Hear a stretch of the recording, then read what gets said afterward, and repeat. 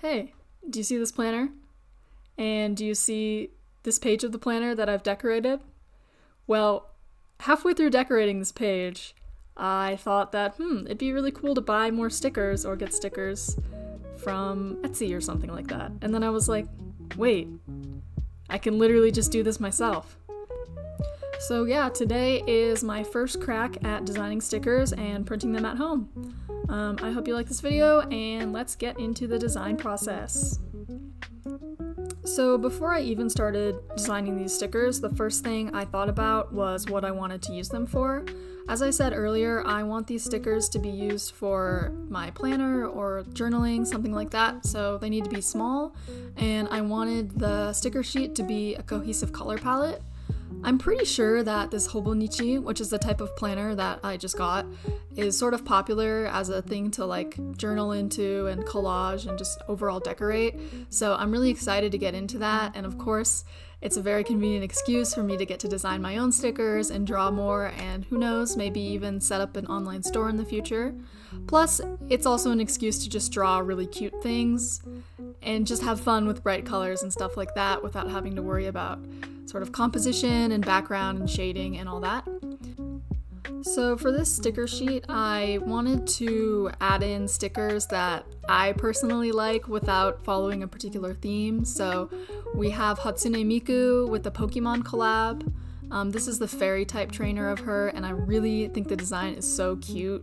I'm definitely gonna draw more trainer Hatsune Mikus in the future because it just makes me so happy. I chose the Pokemon for her to be with as Skitty because when I was a kid, I just really thought I had this really cute Skitty Pokemon card that I was just obsessed with, so I just felt like I needed to add that in there. I'm not even sure if Skitty is a fairy type Pokemon. I think they retcon that in later, but to start, it's like a normal type, so Pokemon fans out there, like, don't come for me with that. Second, I drew Madoka and Sayaka because they also follow the blue and pink color palette, with Madoka having pink hair and Sayaka having blue hair. And then later on, I end out doing Kirby, and he's sort of like trying to eat shortcake and also a ramune, which is the Japanese soda. And then Oshawott, who is my favorite Pokemon of all time. And yes, Oshawott's a water type, so it doesn't fit the fairy theme, but it's blue, so it fits the overall sticker theme.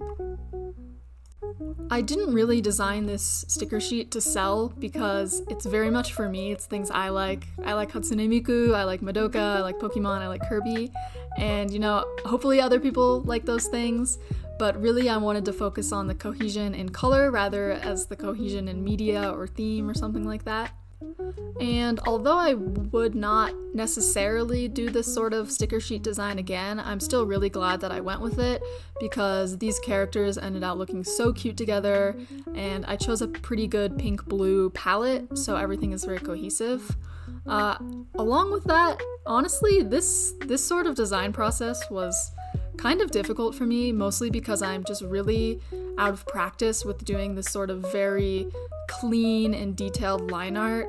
It's a graphic style that I think looks good, and I'm really happy, especially with Miku, how it turned out, but it's such a pain. Like, my hands, I really should have taken more breaks, but I had to keep stretching my hands because just the fine line work is too much work for me normally, and I don't love doing it, to be honest. It's not my favorite thing. Still though, I'm really glad I went with this very graphic style because I proved to myself that I can in fact do line art like this. I still have it in me to do this. This was honestly sort of my style when I first got into digital art, and I still to some extent have this very line work heavy style in traditional art, but nowadays, if you've seen any of my other videos, you'll know that I don't really get too involved with lots of layers. I don't really mess around with very detailed line art. Once I have the sketch, I'm like, okay, good enough, we're gonna go into color and then just kind of see where it goes from there. But still, yeah, this was very good practice, and I think it's really cute so that I know that if I want to make more stickers or something with a graphic style in the future, this is definitely a viable option for me. Speaking of trying new things, have you noticed how many times I say like, oh, this is a new thing for me, like I've never done this before, I'm always doing new things? Is that bad?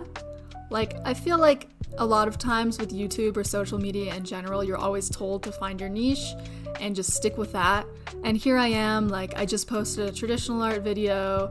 I've posted live streams where, like, I tier list my books. My style for art is very different all the time. Sometimes I draw really cute things like this. Sometimes I draw like very dark fantasy or character designs. I'm really kind of all over the place when it comes to YouTube. And I don't know, I'd kind of like people's feedback on that. Like, what of my videos do you like seeing the most? Does it bug you that my content is very ununiform? I don't know. I'm always trying new things, so I don't know how to feel about that. I feel like it's very antithetical to what social media wants you to do. So let me know your opinions. If you see this video, if you get this far, I'd like to know for sure. I, as an artist, think it's great to try new things because then you get to incorporate them into whatever else. For example, this Ramune bottle that I color later, I definitely did not know how to color in liquid in glass, like how to paint that sort of texture. I did not know how to paint that probably a year ago.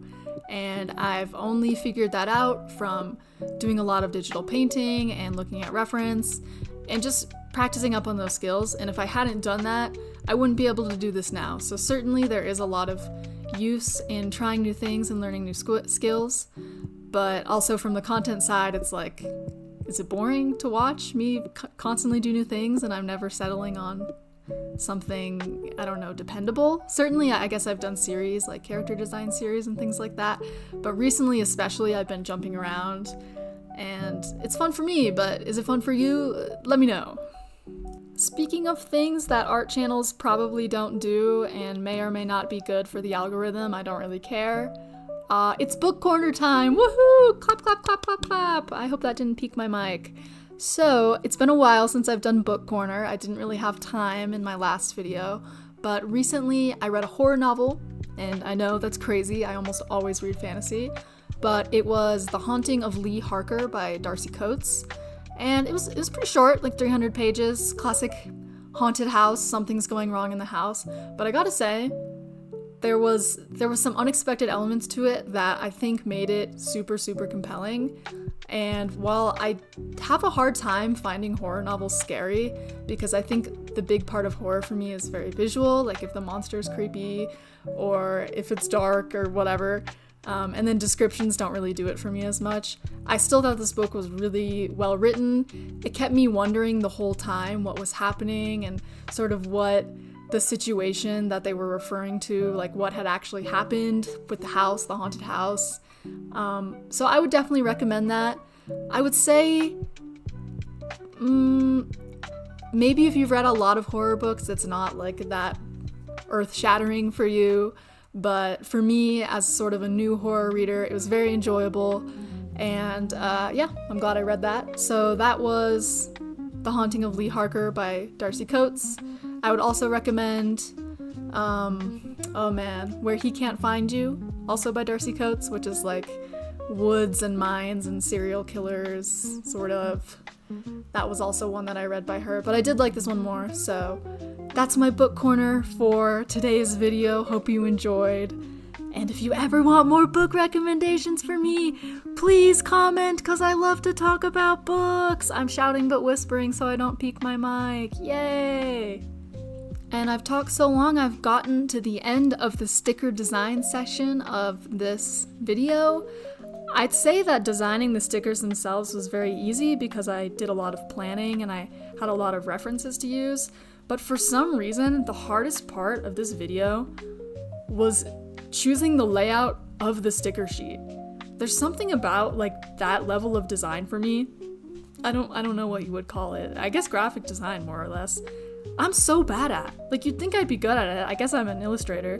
But I swear to God, I moved these elements around the page so many times. Like, even off camera, I went back, like made things bigger, made things smaller just to try to get what I wanted. And I don't even think I'm there yet, but I'm gonna leave it. I think it's good enough. And once I got that done, I put it onto a 9x11 sheet of paper so that I could see how the stickers would fit when I printed them out. Each is going to be about a 4x6 sheet, And then for the ultimate test of courage, I went and I printed out the stickers on my printer. Admittedly, the printing process did take some fiddling. First of all, if you're doing this, I recommend, if you're using glossy paper, to set the print setting to glossy because the colors turn up a lot better. I used Avery brand sticker/label paper, and I think it turned out pretty good. You can definitely tell it's homemade. It's not exactly professional grade, and I'm not sure if that's the paper or the printer. But other than that, I think they turned out really cute, especially for a first attempt. I did try to use a swiveling box cutter type tool to just cut out the outlines on the sticker sheet and create a full sheet that you could just peel off each sticker and put down, but it turned out very messy, as you'll see with my test spreadsheet. But just cutting them out as I'm doing here makes the sticker look a lot more clean and just the lines look a lot more put together, so I'm definitely going to be doing that for the rest of the stickers, just cutting them out with scissors and peeling them from there instead of keeping them on the sheet. I think these are really cute. I think the colors are really good, especially just for doing this at home, and if anyone wants to try this out, I would definitely recommend doing it because it's a fun little project to see your art come to real life and be like, wow, I made that and it's here. And I don't know, it's just kind of fun to see that instead of it always staying on social media or on a computer screen or something like that. If I were to reprint these, which I probably will end up doing in the future, I will probably make them a little bit bigger because especially with the Kirby, the shortcake, my voice just cracked so bad, guys, I'm sorry. But with the Kirby and the Ramune, it's just very small, so I think I'd make all these stickers just a little bit bigger because I think that would look good. But other than that, as I keep saying, can't shut up, I think they're so cute. I'm just really proud that I could make these. I've always wanted to make stickers, and I finally did it in a way that I'm happy with.